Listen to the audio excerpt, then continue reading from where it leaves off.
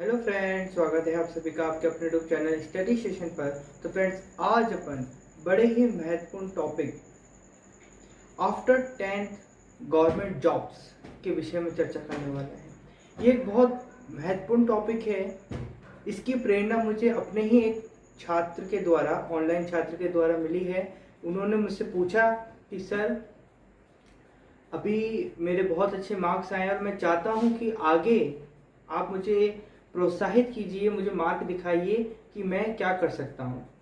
तो मैंने सोचा कि मेरा जो छात्र है वो 10th क्लास से पार है और उसके बहुत अच्छे मार्क्स आए हैं। तो ऐसे अन्य छात्र भी होंगे जिनके बहुत अच्छे मार्क्स आए और वो चाहते हैं, उनकी इच्छा है कि मैं अपने पेरेंट्स को सपोर्ट करूँ, मैं अपने जो खुद के खर्चे हैं उनको अपनी ही इनकम से पूरा कर पाऊँ।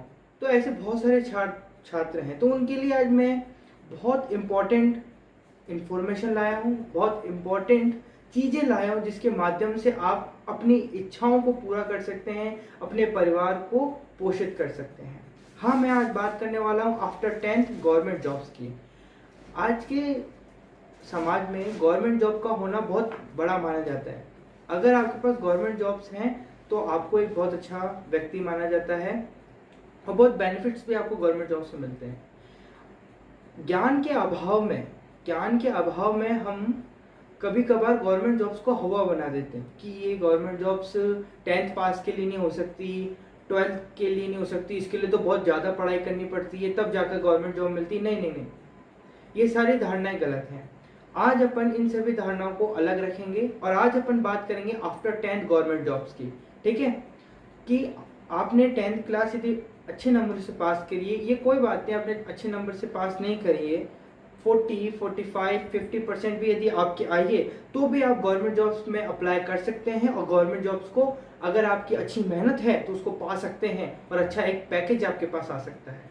और बहुत सारे गवर्नमेंट सर्वेंट्स को आपने देखा होगा, उनके पास जो बेनिफिट्स होते हैं वो बेनिफिट्स आपको भी मिल जाएंगे। कैसे करेंगे तैयारी, क्या रहेगी रणनीति, कौन कौन से एग्जाम होते हैं, क्या एग्जाम होते हैं, कौन कौन सी कैटेगरीज होती हैं, उनके विषय में आज चर्चा करने वाले हैं। वीडियो पसंद आता है तो वीडियो को लाइक करें और चैनल को सब्सक्राइब करें।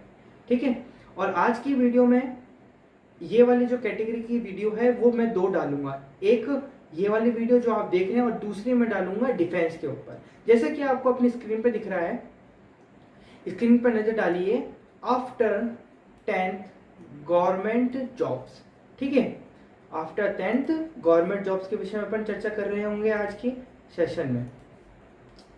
तो गवर्नमेंट जॉब्स भी बहुत सारी होती हैं। एक गवर्नमेंट जॉब्स होती है भाई टीचर की, एक गवर्नमेंट जॉब होती है भाई रेलवे की, एक गवर्नमेंट जॉब होती है आर्मी वाले की, एक गवर्नमेंट जॉब होती है न्यायालय में होती है भाई, है ना, और एक गवर्नमेंट जॉब होती है नेवी वाले की, एयरफोर्स वाले की। बहुत सारी गवर्नमेंट जॉब्स होती हैं, लेकिन हमें उन बहुत सारी गवर्नमेंट जॉब्स पर ध्यान नहीं केंद्रित करना है। अभी हमारे पास जो मान्यता है वो है 10वीं पास। तो 10वीं पास के लिए कौन कौन सी जॉब्स अप्लाई हैं, कौन कौन सी जॉब के लिए अपन एलिजिबल हैं, उनको पार कर सकते हैं, उनको पा सकते हैं, तो वो जॉब्स देखनी है। तो ऐसे मैंने स्टडी करी तो इस प्रकार की 3 कैटेगरीज निकलती हैं जिसमें जो 10th पास जो बच्चे हैं वो अप्लाई कर सकते हैं और नौकरियों को हासिल कर सकते हैं। तो 3 कैटेगरीज है वो। पहली कैटेगरी है सिविल सर्विसेज जॉब, दूसरी कैटेगरी है पीसीयू यानी पब्लिक सेक्टर अंडरटेकिंग, और तीसरी जो फील्ड होती है वो डिफेंस की है। इन तीनों फील्ड्स में जो 10वीं पास जो बच्चा होता है, जिसके पास 10वीं की मार्कशीट है, अच्छी तरीके से उसने पास कर रखी है किसी भी बोर्ड से, तो वो इन तीनों कैटेगरीज में, इन तीनों प्रकार की कैटेगरीज में गवर्नमेंट जॉब को पाने के लिए पात्रता है उसके पास, यानी वो पा सकता है, वो एलिजिबल है।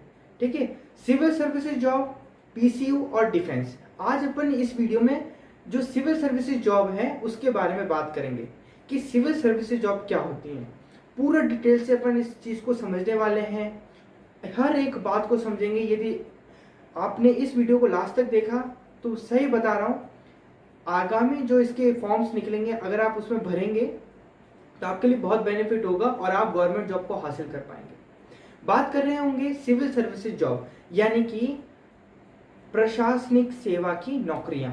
ठीक है। प्रशासनिक सेवा कौन सी होती है? प्रशासनिक सेवा जो आप अपने आसपास देखते हैं, एलडीसी हो गया, है ना। जैसे एलडीसी एक बहुत मान्यता प्रद है, लेकिन ये क्लर्क का है, ठीक है। आप अपने बहुत सारे मंत्रालय होते हैं, है ना, रजिस्ट्री ऑफिस होता है, बहुत सारे ऐसे आपने अपने पास में देखे होंगे। तो वहाँ पर जैसे इस विद्यालयों में बहुत सारे जो कर्मचारी होते हैं वो कार्य करते हैं, जो कि जो फॉर्म्स होते हैं ना, कागज और इन सबको आसपास कराते हैं, वो सारे की चीजें। बहुत सारे मंत्रालय होते हैं केंद्र सरकार और राज्य सरकार के, जिसमें जो 10th पास जो बच्चे होते हैं उनको हासिल किया जाता है, मतलब उनको लगाया जाता है। तो ये दो प्रकार की सिविल सर्विसेज जॉब होती हैं। पहला होता है एसएससी एमटीएस और दूसरा आता है एसएससी सिलेक्शन पोस्ट, ठीक है। आज की वीडियो में अपन एसएससी एमटीएस के विषय में बात कर रहे होंगे, है ना। एसएससी एमटीएस के विषय में बात कर रहे होंगे कि एसएससी एमटीएस में अपन किस प्रकार से इस फील्ड में घुस सकते हैं, इस कैटेगरी में घुस सकते हैं। ये एक सिविल सर्विसेज जॉब है, ठीक है, एसएससी एमटीएस। चलिए समझते हैं एसएससी एमटीएस क्या है। वेरी इंपॉर्टेंट है एसएससी एमटीएस, ठीक है। देखिए एसएससी एमटीएस आज की वीडियो में अपन क्या क्या पढ़ने वाले हैं वो मैं आपको समझा देता हूँ। पहला अपन देखेंगे what is SSC MTS exam, ये क्या होता है। एसएससी एमटीएस एग्जाम एलिजिबिलिटी यानी एजुकेशन क्वालिफिकेशन क्या होती है इसकी। एसएससी एमटीएस एग्जाम एलिजिबिलिटी यानी नेशनलिटी, इस एग्जाम को कौन कौन दे सकता है? एक भारतवासी या भारत से दूसरे जो भूटान नेपाल है वहां से भी दे सकते हैं कि नहीं दे सकते। SSC MTS exam age limit यानी कितनी एज लिमिट होनी चाहिए इसके लिए, इस एग्जाम को देने के लिए।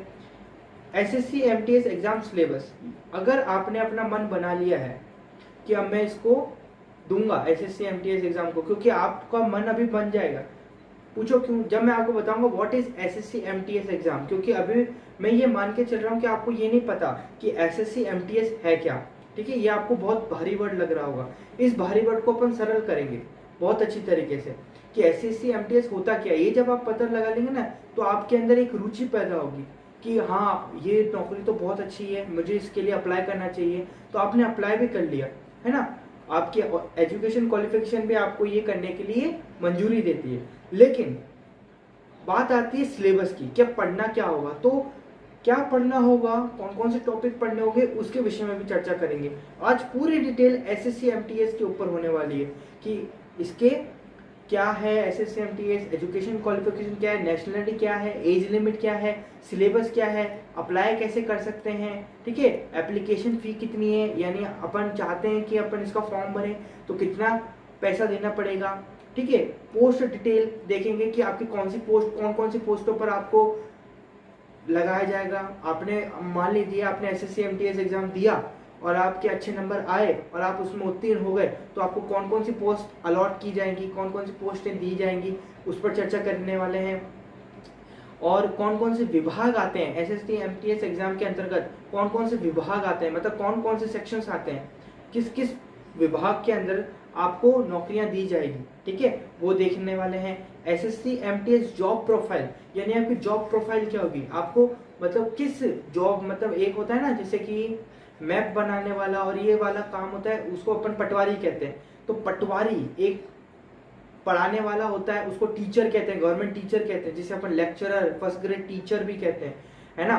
एक पुलिस वाले को अपन पुलिस कहते हैं, पुलिस वाला, है ना। तो इस प्रकार से आपका क्या नाम होगा जब आप एसएससी एमटीएस को पार कर पाएंगे, आप पार करेंगे और उसको उत्तीर्ण कर अच्छे से आपने सब कुछ एलिजिबिलिटी मतलब जो भी मांगते हैं वो सब आपने कंप्लीट करा, तो आपको कौन सा नाम दिया जाएगा, तो वो समझेंगे अपन। जॉब प्रोफाइल देखेंगे, आपकी जॉब प्रोफाइल क्या होगी। फिर SSC MTS job work environment, work environment यानी आपको कैसा काम करना पड़ेगा, कौन कौन सा काम दिया जाएगा। जो आपको मतलब आप पास हो गए, आपको पोस्ट भी अलॉट हो गई, तो उस पोस्ट में मतलब उस पद में आपको कौन कौन सा काम करना पड़ेगा वो भी समझेंगे अपन। फिर अपन फाइनली समझेंगे एसएससी एमटीएस जॉब सैलरी, यानी जब आपको पोस्ट अलॉट कर दी गई, पद अलॉट कर दिया गया, तो आपकी सैलरी कितनी होगी उस पर भी चर्चा करेंगे। बहुत अच्छी खासी सैलरी आपको मिलेगी, बस थोड़ी सी मेहनत और जीवन भर की आपकी बहुत अच्छी हो जाएगी। जो आपने सपना सोच रखा है ना, उस सपने को आप अपनी ही इनकम द्वारा अपने ही बलबूते पर कंप्लीट करें। जैसे आपने सोच रखा है मैं आईएएस बनूंगा, है ना, मैं डॉक्टर बनूंगा, मैं इंजीनियर बनूंगा, तो इसके लिए फीस अपने पास, अपने परिवार के पास भरने के लिए नहीं है, ठीक है।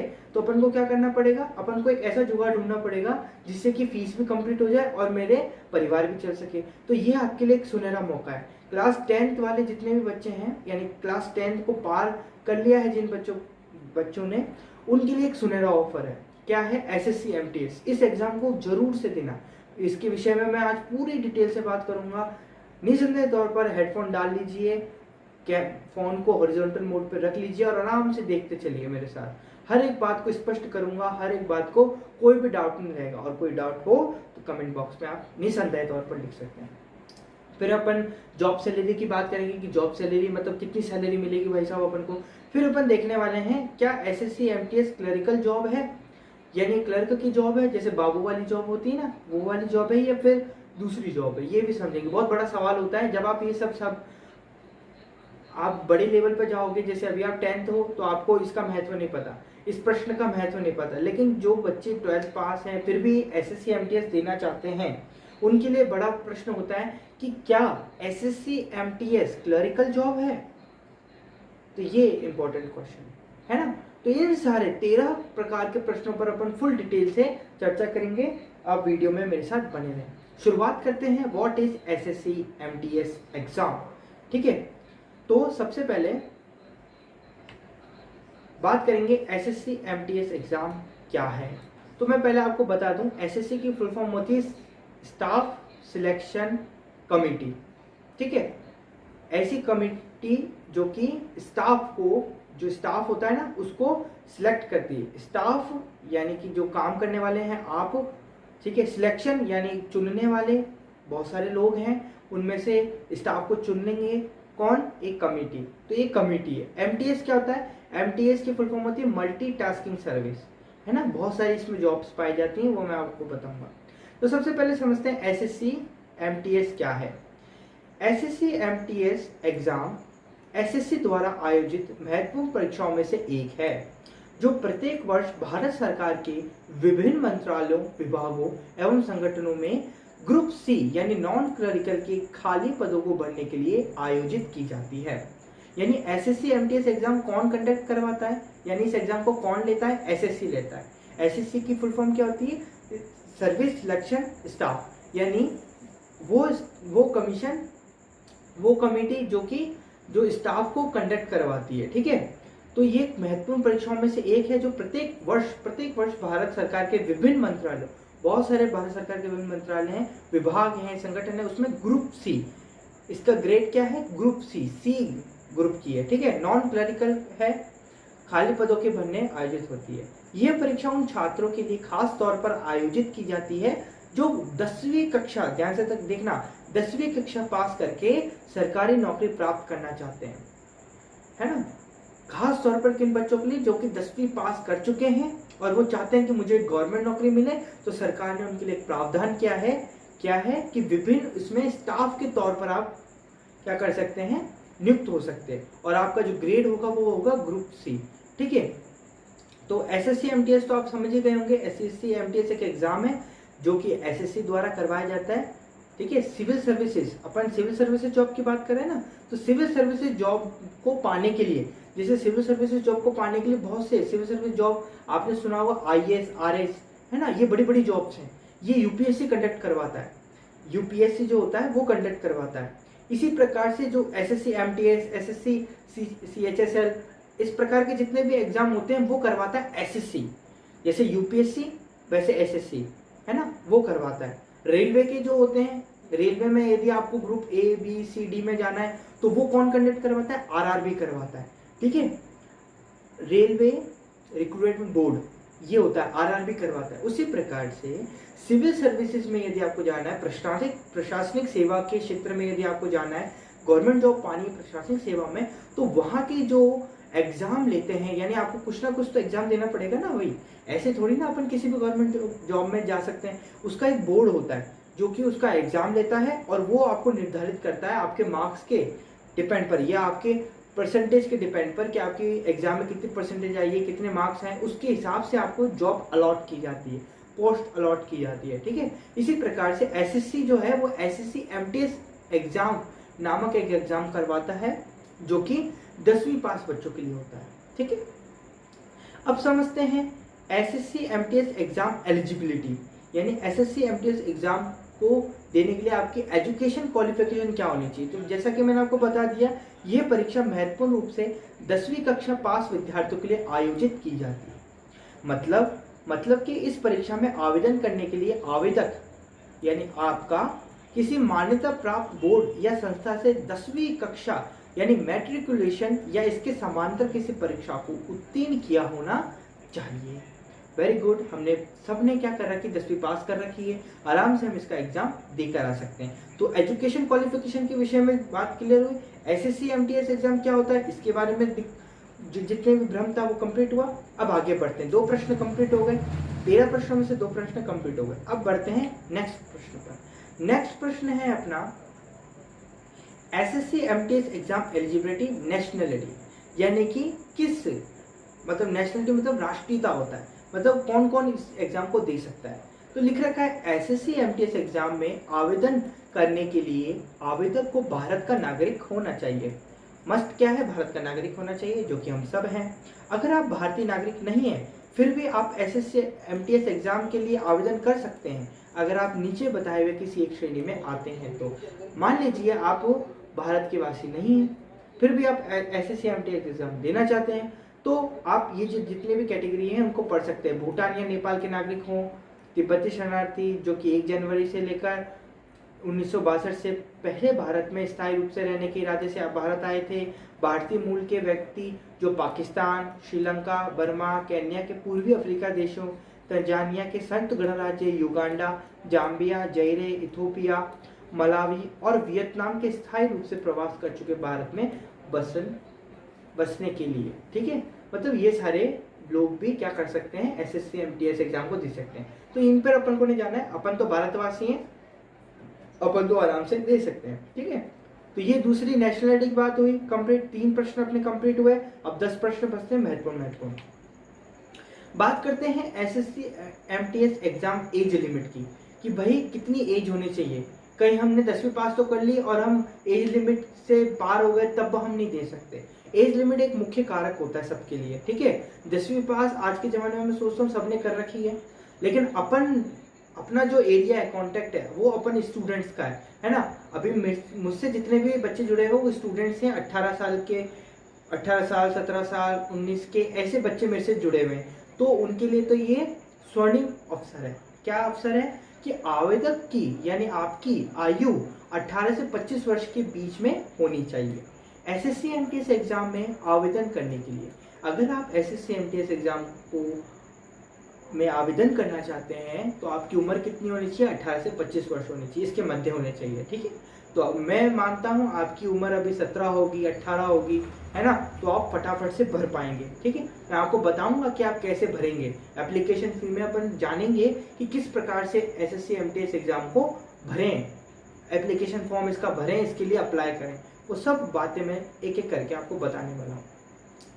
बात करते हैं, यदि आप ओबीसी श्रेणी से आते हैं तो आपकी ऊपरी आयु सीमा से 3 वर्ष और एससी एसटी छात्रों की ऊपरी आयु सीमा से, यानी जो ऊपर आयु दे रखी ना, उससे पूरे 5 वर्ष की छूट मिलेगी।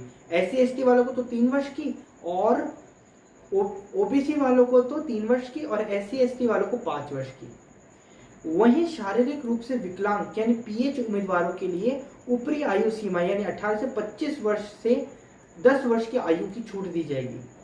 आप नीचे दिए हुए इस तालिका में एसएससी द्वारा सभी वर्गों को दिए हुए आयु सीमा में छूट को देख सकते हैं। मतलब यह मैंने कैटेगरी बना रखी है, ये कैटेगरी है ओबीसी वाली, एससी एसटी वाली, पीएच प्लस ओबीसी वाली, पीएच प्लस जनरल वाली, है ना, एक्स सर्विसमैन जनरल वाली, एक्स सर्विसमैन ओबीसी वाली, एक्स सर्विस एससी एसटी वाली, इन सबकी अपन ने देख रखी है। जैसे ओबीसी वाले की 3 ईयर है, एससी एसटी वाले की 5 ईयर, पीएच प्लस जनरल वालों की यानी विकलांग, जो कि ऐसे जनरल कैटेगरी वाले जो कि विकलांग हैं उनको 10 वर्ष की। तो आप ये देख सकते हैं आराम से एज रिलैक्सेशन यानी आयु सीमा में छूट आप देख सकते हैं। ये एसएससी द्वारा छूट दी जाती है सभी कैटेगरीज को, जनरल्स को छोड़कर, ठीक है। तो SSC MTS exam age limit के विषय में जान लिया। क्या जाना कि कौन कौन है एसएससी एमटीएस एग्जाम कौन कौन दे सकता है, जिसकी आयु 18 से 25 वर्ष के मध्य हो, ठीक है। चलिए अब बात करते हैं एसएससी एमटीएस एग्जाम सिलेबस की। अब हमने ये सब जान लिया और हमारे हृदय के अंदर ये इच्छा उत्पन्न हो चुकी है कि हाँ, ये मेरे को पानी ही पानी है नौकरी। अब मैं कैसे पाऊँ इसको, मतलब इसको पाने के लिए मुझे क्या क्या पढ़ना पड़ेगा, कौन कौन सी बुकें पढ़नी पड़ेगी। जैसे कक्षा 10वीं को पास करने के लिए हमें Hindi, English, Sanskrit, math, science, SST ये सारे सब्जेक्ट पढ़ने पड़ते थे और इनकी बुक हमें दी जाती थी। तो एसएससी एमटीएस एग्जाम को भी क्लियर करने के लिए हमारे को कोई ना कोई बुक्स, कोई ना कोई सिलेबस, कोई ना कोई पार्ट पढ़ना होगा। तो वो कौन से पार्ट हैं, कौन से टॉपिक्स हैं, उनको पढ़ना पड़ेगा अपन को, तो वो जानेंगे अपन। तो कर्मचारी चयन आयोग यानी एसएससी 2 चरणों में एसएससी मल्टीटास्किंग यानी नॉन टेक्निकल स्टाफ एग्जामिनेशन का आयोजन करता है। यानी एसएससी जो बोर्ड है वो एसएससी एमटीएस एग्जाम है उसको 2 चरणों में कंप्लीट होता है। यानी जो आपका एग्जाम है वो दो चरणों में होगा, 2 शिफ्ट्स में होगा। यानी 2 पेपर होंगे आपके, पेपर 1 और पेपर 2, ये 2 पेपर होंगे। जैसे कि 10th कक्षा में आपको कितने पेपर देने पड़ते थे, 6 पेपर देने पड़ते थे। एसएससी एमटीएस एग्जाम को क्लियर करने के लिए आपको कितने पेपर देने पड़ेंगे, 2 पेपर देने पड़ेंगे। तो पेपर 1 का क्या सिलेबस होगा, पेपर 2 का क्या सिलेबस होगा, पेपर 1 कैसे होगा, पेपर 2 कैसे होगा, इन सभी प्रश्नों को जानते हैं। पहले चरण यानी पेपर 1 में आपसे मल्टीपल चॉइस क्वेश्चन यानी एमसीक्यू पूछे जाएंगे, जो कि एक ऑनलाइन कंप्यूटर बेस्ड एग्जाम है। ध्यान दीजिए, आपसे एमसीक्यू टाइप क्वेश्चन पूछे जाएंगे और ये एक प्रकार का computer based, online computer based exam होगा। यानी आपका कंप्यूटर पे आपको सामने बिठा दिया जाएगा, कंप्यूटर के सामने आपको बिठा दिया जाएगा और आपको सामने प्रश्न होगा आपके, और आपको मल्टीपल उसमें से 4 विकल्प आपको दिए जाएंगे और आपको उनमें से चुनना पड़ेगा। इस प्रकार का एग्जाम होगा। मुझे पता है आपने आज से पहले ऐसा कोई एग्जाम नहीं दिया होगा, लेकिन आपको घबराना नहीं है, आपको घबराना नहीं है बिल्कुल भी। आपको सीधे से करना है। अगर आप बोलेंगे कि किस प्रकार से होता है सर मुझे बताइए, तो मैं आपको बताऊंगा कि ये जो ऑनलाइन कंप्यूटर बेस्ड एग्जाम होता है वो किस प्रकार से होता है। इसके विषय में अपन चर्चा कर लेंगे। इस परीक्षा में पूछे जाने वाले प्रश्न इन 4 विषयों से होंगे। यानी ये जो आपका computer based, online computer based exam होगा ना, इसमें प्रश्न कहाँ से पूछे जाएंगे, तो 4 टॉपिक हैं आपके, general intelligence and reasoning, numerical aptitude, general English and general awareness. ये 4 टॉपिक्स होंगे। इनको अपन जब पढ़ेंगे तब जाकर अपन जो पहला पेपर है उसको क्लियर कर पाएंगे। दूसरे चरण की बात करें तो पेपर 2 में आपका स्किल टेस्ट होगा। कौन सा स्किल टेस्ट होगा, ये एक वर्णनात्मक पेपर यानी डिस्क्रिप्टिव पेपर है जिसे ऑफलाइन आयोजित किया जाता है। जैसे कि आपने 10th कक्षा 10वीं का एग्जाम दिया ना, डिस्क्रिप्टिव, वो वर्णनात्मक कहलाता है। वो वर्णनात्मक पेपर होता है जिसको आपको जिसमें पेन और कॉपी का आपको सहायता लेकर अपना एग्जाम लिखना पड़ता है, जिसमें अपन को एग्जाम लिखना पड़ता है। ये होता है डिस्क्रिप्टिव। तो एक पेपर, जो पेपर 2 होगा वो आपको ऐसे देना पड़ेगा। तो पेपर 1 की बात करें तो ऑब्जेक्टिव मल्टीपल चॉइस क्वेश्चन होंगे। परीक्षा का तरीका कैसा होगा, कंप्यूटर बेस्ड ऑनलाइन होगा। पेपर 2 जो होगा वो होगा डिस्क्रिप्टिव पेपर यानी वर्णनात्मक पेपर होगा, और परीक्षा का तरीका होगा पेन और पेपर आधारित परीक्षा जो कि ऑफलाइन होगी। बातें क्लियर। चलिए अब आपने ये तो जान लिया कि एमटीएस एग्जाम मतलब पेपर के क्या होते हैं, क्या क्या पूछा जाता है। एक और बात आप नोट करेंगे, किसी भी परीक्षा में सफल होने के लिए यह ज्ञान होना बहुत आवश्यक है कि प्रश्न किस किस टॉपिक से पूछे जाते हैं और मुझे क्या पढ़ना चाहिए। सबसे पहला प्रश्न ये होना चाहिए कि प्रश्न किस किस टॉपिक से पूछे जाते हैं, और क्या होना चाहिए कि मुझे क्या पढ़ना चाहिए कि मैं इस एग्जाम को क्वालिफाई कर पाऊँ, कि मैं इस एग्जाम को पास कर पाऊँ। तो ये प्रश्न अपने आप से पूछिए। इस प्रश्न का उत्तर ढूंढते हैं अपन। इस प्रश्न का उत्तर अपन को यहाँ मिलेगा। पेपर 1 की बात करते हैं कि पेपर 1 में किस किस टॉपिक से क्या क्या पढ़ना पड़ता है अपन को, ठीक है। जैसा कि आपको पता है एसएससी एमटीएस की यह परीक्षा कंप्यूटर आधारित यानी कंप्यूटर बेस्ड एग्जामिनेशन एक परीक्षा है जिसको ऑनलाइन आयोजित किया जाता है। जैसा कि मैंने आपको बताया कि एसएससी एमटीएस पेपर 1 जो होता है वो ऑनलाइन कंप्यूटर बेस्ड एग्जाम है। एसएससी एमटीएस पेपर 1 के प्रश्न पत्र को 4 भागों में विभाजित किया गया है, जिसमें कुल मिलाकर आपसे 100 प्रश्न पूछे जाएंगे। पेपर 1 में आपसे कितने प्रश्न पूछे जाएंगे, 100 प्रश्न पूछे जाएंगे, जिनको 4 भागों में डिवाइड कर दिया गया है। मतलब हर एक पार्ट में से आपसे 25-25 प्रश्न पूछे जाएंगे, है ना। कौन कौन से हैं देखिए। प्रश्न पत्र में पूछे जाने वाले प्रश्न इन 4 विषयों से होंगे। पहला जनरल इंटेलिजेंस एंड रीजनिंग, दूसरा न्यूमेरिकल एप्टीट्यूड, तीसरा जनरल इंग्लिश और चौथा जनरल अवेयरनेस। ये 4 टॉपिक हैं। प्रत्येक प्रश्न में आपको 4 विकल्प दिए जाएंगे। जो प्रत्येक प्रश्न होगा उसमें 4 विकल्प दिए जाएंगे, जिसमें से केवल एक ही विकल्प सही होगा। SSC-MTS की पहले चरण की परीक्षा को पूरा करने के लिए आपको अधिकतम 90 मिनट का समय दिया जाएगा। कितने मिनट का समय दिया जाएगा? 90 मिनट आपको दिए जाएंगे 100 प्रश्नों को सॉल्व करने के लिए। देख लीजिए आप, अगर आप हर एक प्रश्न पे 1 मिनट भी गवाते हैं तब भी आप पूरे प्रश्नों को अटेम्प्ट नहीं कर पाएंगे। इसलिए समय का भी आपको निर्धारण करना है, समय का भी ध्यान रखते हुए आपको अपनी स्पीड को बढ़ाना है, ठीक है। और स्पीड कैसे बढ़ती है? अभ्यास से।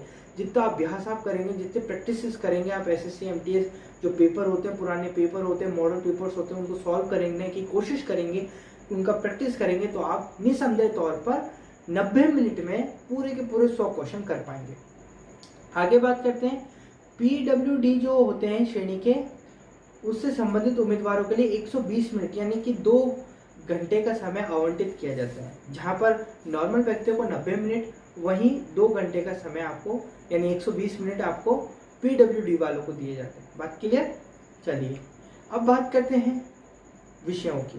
तो 4 विषय होते हैं आपके, general intelligence and reasoning, numerical aptitude, general English and general awareness. ये पेपर फर्स्ट का है ना। पेपर फर्स्ट का जो सिलेबस है 4 भागों से पूछा जाता है। हर एक भाग के प्रश्नों की जो संख्या है वो है 25, 25, 25, 25। इस कुल मिलाकर कितने होगा? 100 है। मार्क्स होते हैं, एक एक नंबर का होता है 25, 25, 25, 25। तो मार्क्स भी कितने होते हैं? 100। यानी हर एक प्रश्न 1 नंबर का होता है और टाइम ड्यूरेशन 90 मिनट का होता है। अब एक और चीज़ है कि प्रत्याशियों को, यानी जो कि इस एग्जाम को लिख रहे हैं, वो परीक्षा में प्रत्येक सही उत्तर के लिए 1 अंक दिए जाएंगे। सभी को 1 अंक दिए जाएंगे। वहीं आपके द्वारा दिए गए हर एक गलत उत्तर के लिए आपके 0.25 अंक काट दिए जाएंगे, यानी नेगेटिव मार्किंग जिसे अपन बोलते हैं वो होगी। और कितने अंक काटे जाएंगे? 0.25 अंक आपके काट लिए जाएंगे 1 नंबर में से। SSC-MTS पेपर 1 प्रश्न पत्र भाग A, B और D, यानी सेक्शन A, सेक्शन B और सेक्शन D जो है, ये 3 भाग है आपके। जैसे कि आपने मैथ्स का पेपर होता है, इंग्लिश का पेपर होता था क्लास 10th में, section A writing, section B reading, इस प्रकार का होता था ना। उसी प्रकार से SSC-MTS का जो पेपर फर्स्ट है वो भी 4 भागों में बटा हुआ है। सेक्शन A जो कि जनरल इंटेलिजेंस एंड रीजनिंग का होता है, सेक्शन B न्यूमेरिकल एप्टीट्यूड का होता है, सेक्शन C जनरल इंग्लिश का होता है और सेक्शन D जनरल अवेयरनेस का होता है। तो यहाँ पर बात हो रही है कि SSC-MTS पेपर फर्स्ट प्रश्न पत्र भाग A, B और D अंग्रेजी अथवा हिंदी दोनों भाषाओं में आयोजित किए जाते हैं। यानी अगर आप हिंदी में देना चाहें तो आप हिंदी में दे सकते हैं, और अगर आप इंग्लिश में देना चाहें तो इंग्लिश में भी आप दे सकते हैं, ठीक है। कौन कौन सा? जनरल इंटेलिजेंस एंड रीजनिंग को, न्यूमेरिकल एप्टीट्यूड को और जनरल अवेयरनेस को, A, B और D भाग को। क्योंकि जनरल इंग्लिश तो इंग्लिश में ही दिया जाएगा, उसका तो कोई विकल्प ही नहीं रह जाता, ठीक है। आवेदक इन दोनों भाषाओं में से किसी एक का चयन कर सकता है। कोई सी भी भाषा आपको चुननी है उसका आप चयन कर सकते हैं निसंदेह तौर पर। आगे बढ़ते हैं। पेपर 1 की बात हो गई, पेपर 2 की बात करते हैं। तो पेपर 2 केवल वही उम्मीदवार SSC-MTS के दूसरे चरण यानी पेपर 2 की परीक्षा के लिए उपस्थित हो सकते हैं जिन्होंने पेपर 1 की परीक्षा को उत्तीर्ण किया होता है, ठीक है। पेपर 1 जिसने क्वालिफाई कर लिया वो पेपर 2 की तरफ जाएगा, ठीक है। जैसा कि मैंने आप पहले भी बताया कि डिस्क्रिप्टिव पेपर को ऑफलाइन आयोजित किया जाता है ना। मैंने आपको पहले भी बताया कि डिस्क्रिप्टिव पेपर यानी पेपर 2 जो है उसको ऑफलाइन आयोजित किया जाएगा।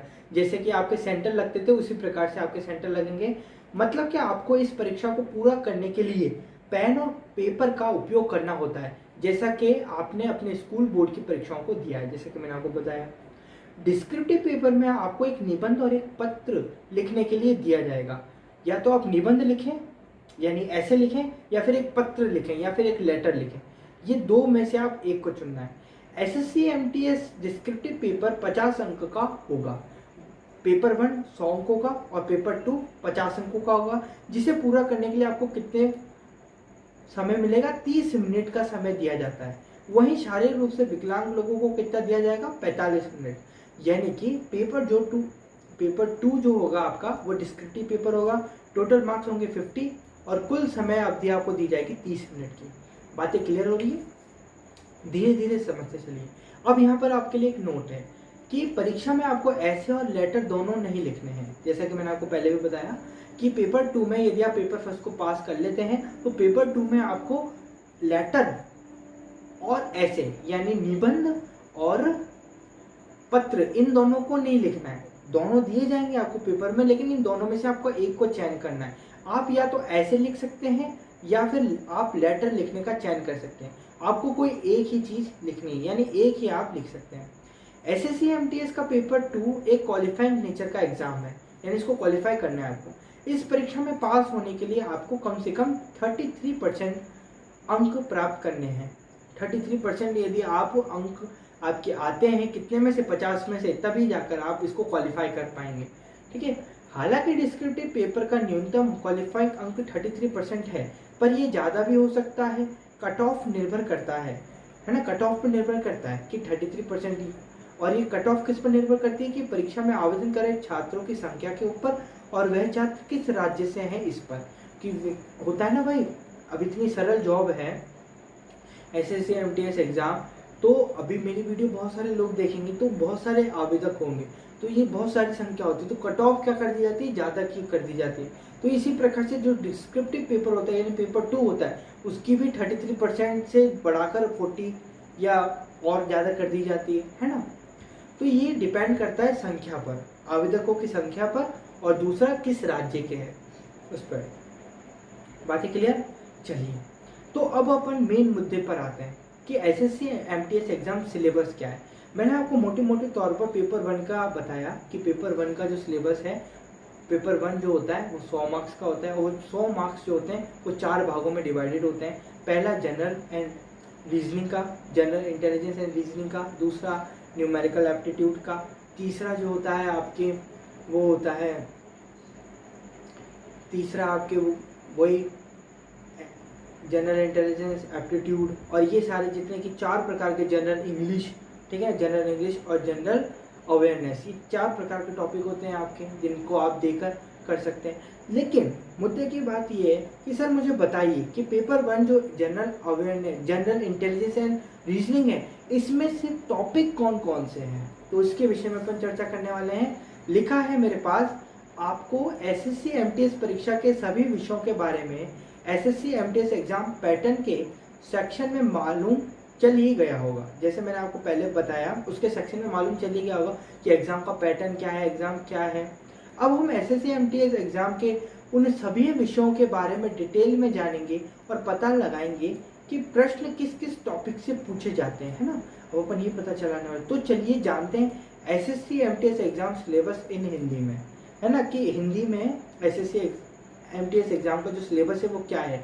यानी हमने ये तो जान लिया कि कौन कौन से विषय हैं, विषय कौन कौन से थे, जनरल इंटेलिजेंस एंड रीजनिंग, दूसरा न्यूमेरिकल एप्टीट्यूड, तीसरा जनरल इंग्लिश और चौथा जनरल अवेयरनेस। ये विषय हैं, सब्जेक्ट हैं ये, जैसे हिंदी इंग्लिश होते थे ना वो। अब हिंदी इंग्लिश में जैसे हिंदी में बहुत सारे पार्ट होते थे, उसी प्रकार से जनरल इंटेलिजेंस रीजनिंग में भी बहुत सारे पार्ट होते होंगे। तो हमें किस किस पार्ट को पढ़ना है वो जानेंगे आप, है ना, क्योंकि मैं आपको एक बहुत डिटेल वीडियो दे रहा हूँ, बहुत डिटेल वीडियो दे रहा हूँ, बहुत आराम से एक एक चीज़ समझा रहा हूँ। अगर आपने ये वीडियो को देख लिया तो कहीं और जाने की आपको ज़रूरत ही नहीं है, ठीक है। तो एक एक बात को आप ढंग से समझिए। तो पेपर 1 की बात करते हैं सबसे पहले, ठीक है। पेपर 1 में जो 4 सब्जेक्ट थे, उन चारों सब्जेक्ट में से आपसे क्या क्या कौन कौन से टॉपिक्स में पूछे जाएंगे वो बातें करते हैं। देखिए, एसएससी एमटीएस के पेपर 1 में 4 भाग हैं, जैसा कि मैंने आपको बताया, general intelligence, reasoning, general intelligence और रीजनिंग, न्यूमेरिकल एप्टीट्यूड, अंग्रेजी और सामान्य जागरूकता, ये 4 हैं। तो सबसे पहले जानते हैं जनरल इंटेलिजेंस एंड रीजनिंग का, सामान्य बुद्धि और तर्क का। यदि आप बोलेंगे कि सर रीजनिंग की क्लासेस लगाओ, तो अपन रीजनिंग की क्लासेस लगाएंगे, यदि आपको पसंद आता है तो, है ना। तो रीजनिंग की जो क्लासेस हैं, अगर आप कमेंट करके बोलते हैं कि सर रीजनिंग की क्लासेस स्टार्ट करो, रीजनिंग हम पढ़ना चाहते हैं, तो मैं आपके लिए वीडियो अपलोड कर दूंगा रीजनिंग के लिए, ठीक है। तो देखिए कहाँ कहाँ से प्रश्न पूछे जाते हैं वो देखते हैं। प्रश्न पत्र का यह भाग अभ्यर्थियों को की सोचने समझने और समस्या निवारण कौशल की क्षमता का परीक्षण करेगा। यानी कि इसमें जो छात्र है वो सोचने समझने व समस्या निवारण, यानी उसको यदि प्रॉब्लम कोई दे दी जाती है तो उसका हल किस प्रकार से ढूंढता है, किस प्रकार से ढूंढता है, उस चीज़ को जानने के लिए, उस क्षमता को जानने के लिए उसका ये एग्जाम होता है। सामान्य बुद्धि और तर्क में पूछे गए सवाल जो कि वर्बल और नॉन वर्बल दोनों तरह के हो सकते हैं कि विषय में आपको जानकारी होगी। सर टॉपिक कौन कौन से होंगे? तो एनालॉजी होगी, फिगरल, सिमेटिक, सिंबॉलिक, नंबर इत्यादि। क्लासिफिकेशन यानी वर्गीकरण किस किस में? फिगरल, सिमेटिक, सिंबॉलिक, नंबर इत्यादि इनमें। सीधी श्रृंखला में अरिथमेटिक नंबर जो कि अपन ने पढ़ रखा है ना, सिमेंटिक नंबर, नॉन वर्बल इत्यादि। समानताएं और मतभेद, न्यूमेरिकल ऑप्शन, सिंबॉलिक ऑपरेशन, ये सारे के सारे जितने भी हैं वो रीजनिंग के टॉपिक्स हैं, यानी इन्हीं में से ही सवाल आपसे पूछा जाएगा, इससे बाहर नहीं पूछा जाएगा। और ये सारे टॉपिक यदि आप मुझे कहेंगे तो मैं आपको एक एक करके बहुत सुस्पष्ट तरीके से समझा दूंगा, यदि आप चाहेंगे कि इस पर आप वीडियो बनाएं। ठीक है, तो ये हो गया पहला जो सब्जेक्ट था आपका जनरल इंटेलिजेंस रीजनिंग का। अब दूसरा जो सब्जेक्ट आएगा वो आएगा न्यूमेरिकल एप्टीट्यूड का। कौन सा सब्जेक्ट आएगा? न्यूमेरिकल एप्टीट्यूड का, यानी संख्यात्मक योग्यता का। तो इसमें आपसे पूछे जाएंगे एलसीएम, एचसीएफ, सरल ब्याज, चक्रवर्ती ब्याज, संख्या प्रणाली, दशमलव, भिन्न और अंकों के बीच संबंध, प्रतिशत, पूर्ण संख्याओं की गणना, अनुपात और समानुपात, स्क्वायर रूट, मौलिक अंकगणितीय ऑपरेशन, औसत, ब्याज, लाभ और हानि, छूट, क्षेत्रमिति, उम्र के ऊपर समस्या, मिक्सचर एंड एलिगेशन, सरलीकरण, समय और दूरी, फ्रैक्शंस और दशमलव, समय और कार्य, बेसिक अलजेब्रिक आइडेंटिटीज, अनुपात और समय और कार्य इत्यादि। ये सारे जो टॉपिक्स हैं वो आपके न्यूमेरिकल एप्टीट्यूड यानी संख्यात्मक योग्यता के जो विषय है, इसमें ये सारे जो पार्ट हैं वो अपन को पढ़ने हैं। बातें क्लियर हो रही है? एक एक बात क्लियर कर लेना। अभी अपन सिलेबस के विषय में बात कर रहे हैं, डिटेल वीडियो है, आराम से देखें। फिर आता है जनरल इंग्लिश की जनरल इंग्लिश में क्या क्या पूछा जाएगा। तो इंग्लिश में synonyms, antonyms, shuffling of sentence parts, idioms and phrases, spelling, detecting misspelled words, one word substitution, sentence corrections, spelling test, ये सारे के सारे जो टॉपिक्स हैं वो आपकी जनरल इंग्लिश में आते हैं। इससे बाहर आपसे कुछ भी नहीं पूछा जाएगा। इसकी तैयारी कर लोगे तो बस आपका एसएससी एमटीएस एग्जाम क्लियर है एक तरीके से। बात करते हैं लास्ट जनरल अवेयरनेस की, यानी सामान्य जागरूकता की। इसमें आपसे पूछा जाएगा भारतीय इतिहास और संस्कृति के विषय में, पर्यावरण के बारे में, भारत अथवा विश्व के भूगोल के बारे में, वैज्ञानिक अनुसंधान के विषय में, भारतीय संविधान के विषय में, महत्वपूर्ण तिथियों के विषय में, जैसे पानीपत का युद्ध कब हुआ, हल्दीघाटी का युद्ध कब हुआ, ये महत्वपूर्ण तिथियाँ आपसे पूछ ली जाती है। पुस्तकों या लेखकों के विषय में, अर्थव्यवस्था, राजनीति, भौतिकी, जीव विज्ञान, रसायन शास्त्र, करंट अफेयर्स और खेल इत्यादि के विषय में भी आपसे जनरल अवेयरनेस से पूछा जाएगा। ज़्यादा हार्ड नहीं, लेवल जो होगा वो ज़्यादा हार्ड नहीं होगा, नॉर्मल प्रश्न पूछे जाएंगे। अगर आपने थोड़ी सी भी तैयारी करेंगे तो आपके लिए ज़्यादा हार्ड नहीं होगा। 25 मार्क्स का ये होगा, है ना। जनरल अवेयरनेस का जो भाग है वो 25 मार्क्स का होता है। चलिए यहाँ पर अपन ने पेपर 1 की बात कर ली। अब बात करते हैं अपन SSC MTS exam syllabus paper 2 की, कि पेपर 2 में आपसे क्या क्या पूछा जाएगा। जैसे कि मैंने आपको बता दिया कि ऐसे और निबंध है, तो उसके लिए आपको व्याकरण के ऊपर ध्यान देना पड़ेगा, ठीक है ना। ऐसे और लेटर राइटिंग के लिए टिप्स जो हैं, क्योंकि लेटर और ऐसे ये दोनों, इसमें तो कोई बात ही नहीं है। आपको जो टिप्स हैं वो मैं आपको बता देता हूँ कि व्याकरण के ऊपर आपको ज़्यादा ध्यान देना है, सही शब्दों का चयन करना है और वाक्य के बनावट को ध्यान में रखते हुए ध्यान में रखना कि आप किस प्रकार से लिख रहे हैं। आपका संदेश समझ आना चाहिए जो आप बताना चाहते हैं। जो भी आपसे पूछा गया है वो आप किस तरीके से एक्सप्लेन कर पा रहे हैं, आपकी जो वाक्य की जो स्ट्रक्चर्स हैं अच्छी तरीके से आप लिख पा रहे हैं, जो आप लिख रहे हैं वो दूसरा समझ पा रहा है कि नहीं समझ पा रहा है, इस प्रकार की आपकी भाषा होनी चाहिए। एसएससी एमटीएस एग्जाम की दूसरे चरण की परीक्षा को क्वालिफाई करने के लिए आपको निरंतर लिखने का अभ्यास करते रहना होगा, ऊपर बताए हुए टिप्स को ध्यान में रखते हुए, ठीक है। इन सभी जो टिप्स मैंने आपको बताई है, इन टिप्स को ध्यान रखते हुए आपको ज़्यादा से ज़्यादा अभ्यास करना है। किस चीज़ का? ऐसे राइटिंग का। आपको ऐसे लिखने हैं, आपको या तो ऐसे लिखना है या फिर लेटर, इन दोनों में जो भी आप लिखना चाहते हैं उसकी अच्छी तरीके से तैयारी करें। ऐसे लिखना चाहते हैं तो ऐसे को डूब मतलब खा लीजिए, एक तरीके से पूरा का पूरा तैयार करें। और जो टिप्स मैंने आपको बताई है व्याकरण के ऊपर ध्यान रखते हुए, अप्रोप्रिएट वर्ड्स होने चाहिए आपके, सेंटेंस स्ट्रक्चर अच्छा होना चाहिए, इन सब को ध्यान में रखते हुए आप प्रैक्टिस करें तो अपनी संदेह तौर पर पेपर 2 को भी क्वालिफाई कर पाएंगे और अपनी नौकरी को हासिल कर पाएंगे। तो मैंने आपको पेपर 1 और पेपर 2 दोनों ही पेपर्स का क्या बता दिया है, सिलेबस बता दिया है ना। पेपर 1 में 4 आपके सब्जेक्ट होते हैं, 4 सब्जेक्ट होते हैं, general intelligence and reasoning. Paper 1 में ही आपके न्यूमेरिकल एप्टीट्यूड होता है, जनरल इंग्लिश और जनरल अवेयरनेस, ये 4 टॉपिक होते हैं। उनमें आपको 4 सब्जेक्ट होते हैं, किस किस टॉपिक में से सवाल पूछे जाते हैं वो बता दिया। पेपर 2 की बात कर ली अपन ने। अब बात करते हैं अपन नेक्स्ट प्रश्न जो कि है एसएससी एमटीएस एग्जाम के लिए अप्लाई कैसे करें, कहाँ जाएं हम एसएससी एमटीएस एग्जाम को अप्लाई करने। एसएससी एमटीएस एग्जाम में अप्लाई करने की पूरी प्रक्रिया ऑनलाइन है, जिसके लिए आपको एसएससी की आधिकारिक वेबसाइट पर जाना होगा और ये काम आप ई-मित्र से भी करवा सकते हैं यदि आप नहीं कर सकते तो। एसएससी की ऑफिशियल वेबसाइट क्या है, ssc.nic.in, ठीक है, इस पर जाकर आप कंप्लीट कर सकते हैं। इस वेबसाइट पर जाने के बाद आपको अपना नाम एसएससी एमटीएस एग्जाम के लिए रजिस्टर करना होगा कि साहब मैं, आपका जो भी नाम है वो एसएससी एमटीएस एग्जाम को देना चाहता हूँ, वहाँ आप अपना नाम रजिस्टर करवा सकते हैं। परीक्षा कब होगी इसकी जानकारी भी आपको इसी वेबसाइट के नोटिफिकेशन डैशबोर्ड पर मिल जाएगी। आपके पास यदि एंड्रॉइड फ़ोन है तो ये वेबसाइट जो है ssc.nic.in, इसको क्लिक करना, मतलब इसको सर्च करना और जो पहली रिजल्ट आता है गूगल का उस पर क्लिक करना। तो उस पर क्लिक करोगे तो वहाँ पर एक आपके पास वेबसाइट खुलकर आएगी, एसएससी की जो आधिकारिक वेबसाइट है, ऑफिशियल वेबसाइट है, वो खुलकर आएगी। उसमें नोटिफिकेशन डैशबोर्ड आपको होगा, तो वहाँ पर आप जाकर देखेंगे कि एसएससी एमटीएस एग्जाम की जो परीक्षा होगी वो कब होगी, वो भी आपको जानकारी वहीं मिलेगी। जिसके लिए आपको निरंतर इस वेबसाइट को चेक करते रहना होगा, आपको निरंतर इसको चेक करना है।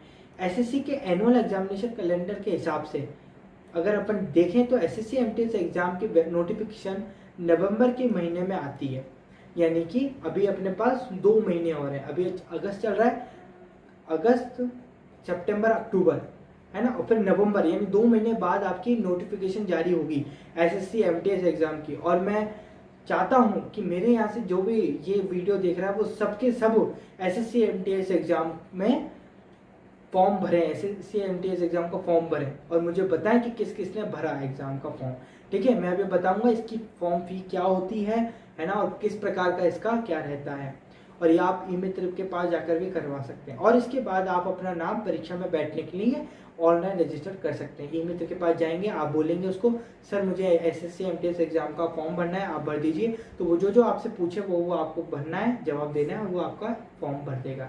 बातें क्लियर? अप्लाई कैसे करें ये आपको क्लियर हो गया। ई-मित्र के पास भी जा सकते हैं, पहला विकल्प। दूसरा विकल्प आप एसएससी की जो ऑफिशियल वेबसाइट है उसको भी विजिट करके वहां से भी आप जानकारी ले सकते हैं। दूसरा प्रश्न आता है कि एसएससी एमटीएस एग्जाम की एप्लीकेशन फी कितनी है, यानी अप्लाई करने के लिए कितनी फी लेनी पड़ेगी। तो एसएससी एमटीएस की परीक्षा में आवेदन करने के लिए आपको 100 रुपये का आवेदन शुल्क भुगतान करना होता है। कितने रुपए देने पड़ेंगे आपको? 100 रुपये देने होंगे एसएससी एमटीएस एग्जाम की एप्लीकेशन को भरने के लिए। एप्लीकेशन फी को आप ऑफलाइन चालान के माध्यम से अथवा ऑनलाइन नेट बैंकिंग या किसी बैंक क्रेडिट डेबिट कार्ड का उपयोग करके भी एसएससी एमटीएस एग्जाम का आवेदन शुल्क भुगतान कर सकते हैं। यानी आप ऑफलाइन भी जमा कर सकते हैं, ऑनलाइन भी जमा कर सकते हैं। वैसे आप ई-मित्र में जाएंगे तो वो सारा काम आपको करके देगा। अगर आप नकद में शुल्क का भुगतान चाहते हैं तो आपको ऑनलाइन उत्पन्न चालान का प्रिंट आउट निकलना होता है। ये तो वो वाली बातें हैं। दूसरी बात है, अब यहाँ पे समझिए कि जनरल ओबीसी उम्मीदवारों के लिए कितनी फीस है? 100 रुपये। और यदि आप SC ST PH ex service उम्मीदवारों के लिए, यदि इससे बिलोंग करते हैं तो आपको कोई फी नहीं देनी पड़ेगी, बिल्कुल फ्री होगा आपके लिए। महिला उम्मीदवारों के लिए भी बिल्कुल फ्री होता है SSC MTS एग्जाम का, ठीक है। बात करेंगे आगे SSC MTS post detail, very important.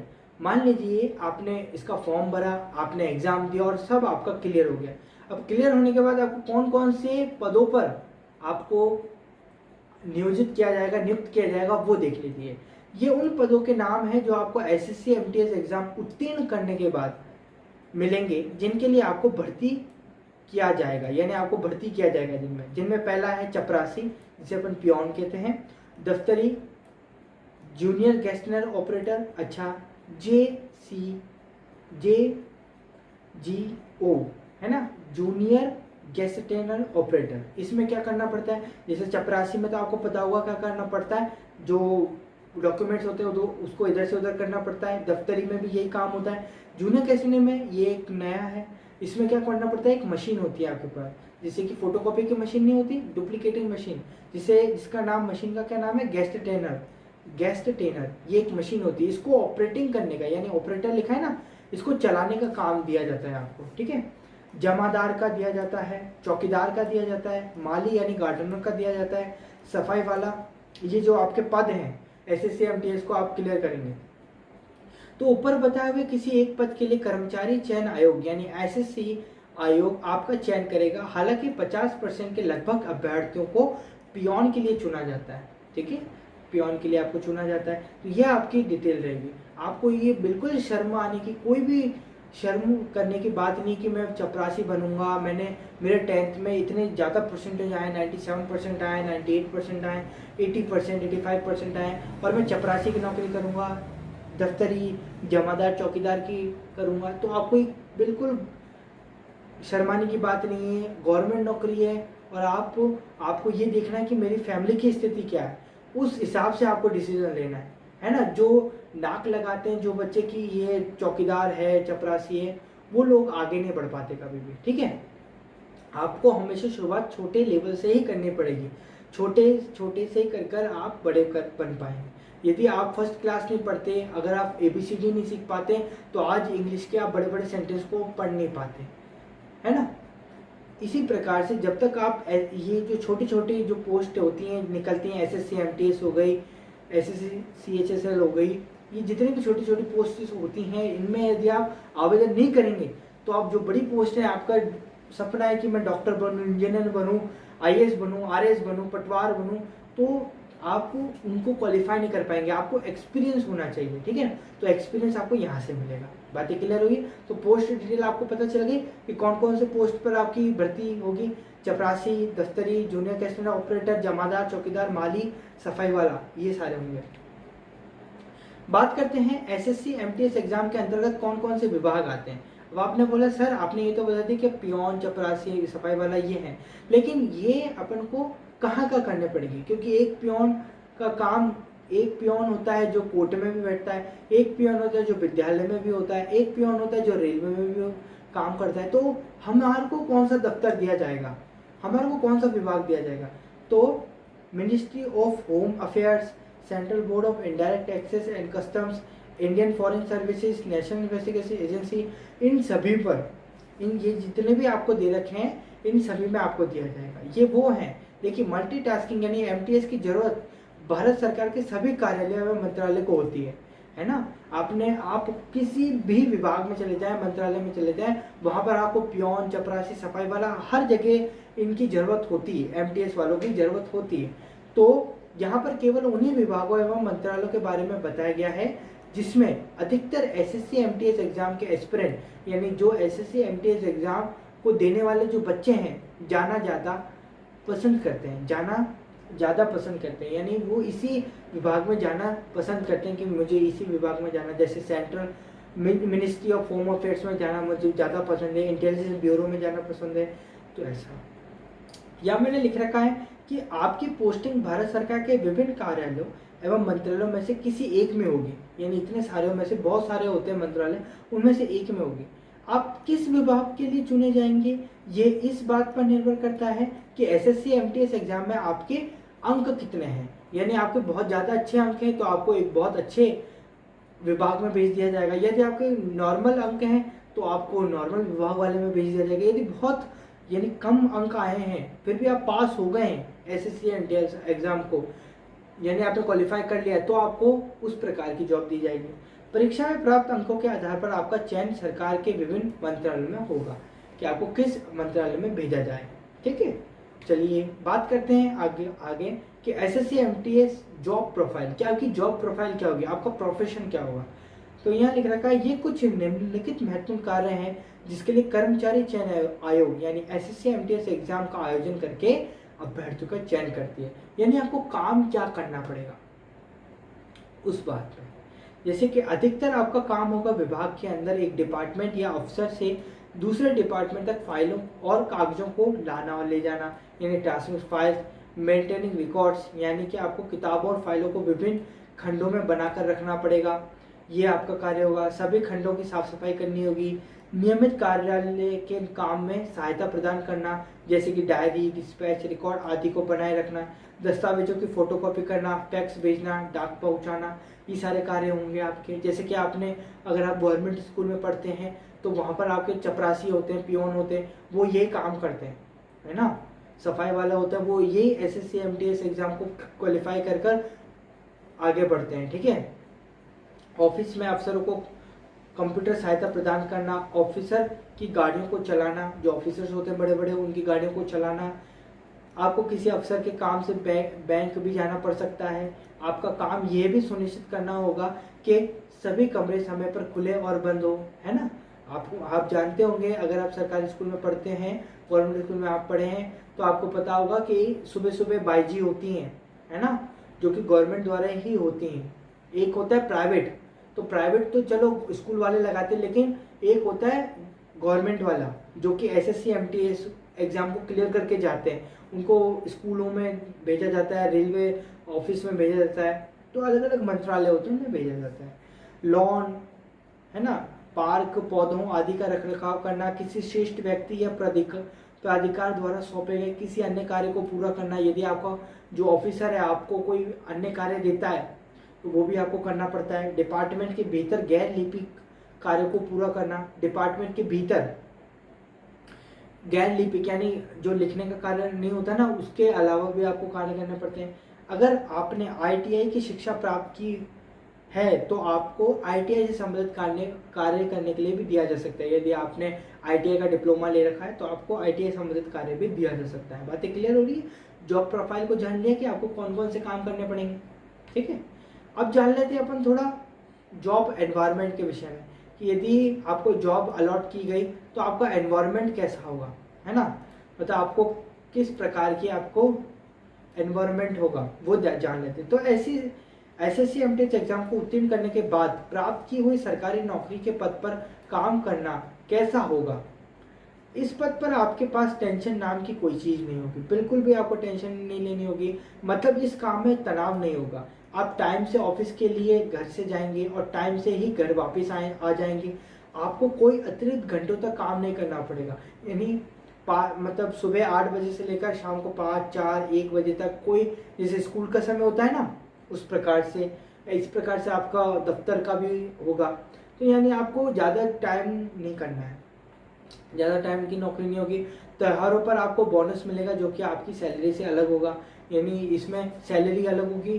Deepawali, Holi, ये जितने रक्षाबंधन, इसमें आपको बोनस मिलेगा, तो ये आपके लिए अच्छा है। इस पद पर आपको छुट्टियां बहुत मिलती हैं, बहुत सारी छुट्टियां मिलती हैं। अगर आप अन्य परीक्षाओं की तैयारी कर रहे हैं तब तो ये छुट्टियां आपके लिए किसी तोहफे से कम नहीं है। यदि आप यही नहीं रुकना चाहते हैं, यदि आप एसएससी एमटीएस एग्जाम में यदि आपको पियोन की नौकरी मिल गई और आपके अच्छे खासा पैकेज है, तो आप यहीं ना रुककर अगर आप अन्य जो आईएएस की तैयारी करना चाहते हैं, आरएस की तैयारी करना चाहते हैं, पटवार की तैयारी करना चाहते हैं, है ना, ऐसे और अन्य परीक्षाओं को कॉम्पिटिशन आप देना चाहते हैं, तो आपके लिए यहाँ पर बहुत सारी छुट्टियाँ मिलती हैं, तो उनके लिए सुनहरा ऑफर है।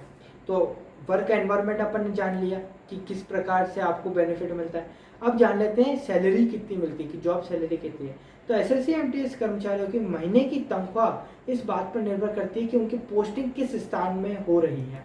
एसएससी एमटीएस द्वारा भर्ती किए हुए कर्मचारियों की न्यूनतम सैलरी 16,000 और प्रति माह और अधिकतम सैलरी 20,000 प्रति माह तक हो सकती है। वेरी गुड, 16,000 और 20,000, न्यूनतम 16,000 और अधिकतम 20,000। देखिए कितना अच्छा पैकेज है।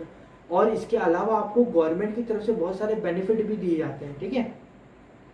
तो यहाँ आप देख सकते हैं, जैसा कि आपको पता है SSC MTS exam group C level की पोस्ट के लिए भर्ती करता है। मतलब कि आपका 1800 प्रति माह का ग्रेड पे मिलेगा, जो कि आपकी सैलरी से अलग होगा। ये भी एक आपको बेनिफिट है। सैलरी के अलावा सरकार की तरफ से आपको कई अन्य सुविधाएं भी प्राप्त होगी, जैसे कि अन्य सरकारी नौकरी करने वाले कर्मचारियों को मिलती है। बहुत सारी अन्य सुविधाएं होती है, जब आप इस फील्ड में घुस जाएंगे तो आपको खुद ब खुद पता चलने पाएगा। आगे बढ़ते हैं।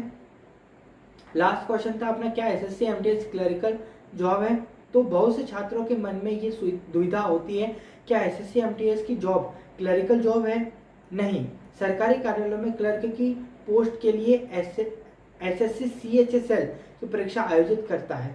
क्लर्क की जॉब यदि आपको चाहिए तो आपको एसएससी सीएचएसएल जो एग्जाम होता है उसको देना पड़ता है, और एसएससी सीएचएसएल ये जो एग्जाम है वो आपको 12वीं पास जब हो जाएंगे आप तब देना होगा, तब आपको क्लरिकल जॉब दी जाएगी, जिसमें एसएससी एमटीएस एग्जाम के द्वारा आप भारत सरकार के किसी कार्यालय में चपरासी की नौकरी करने में सक्षम होंगे।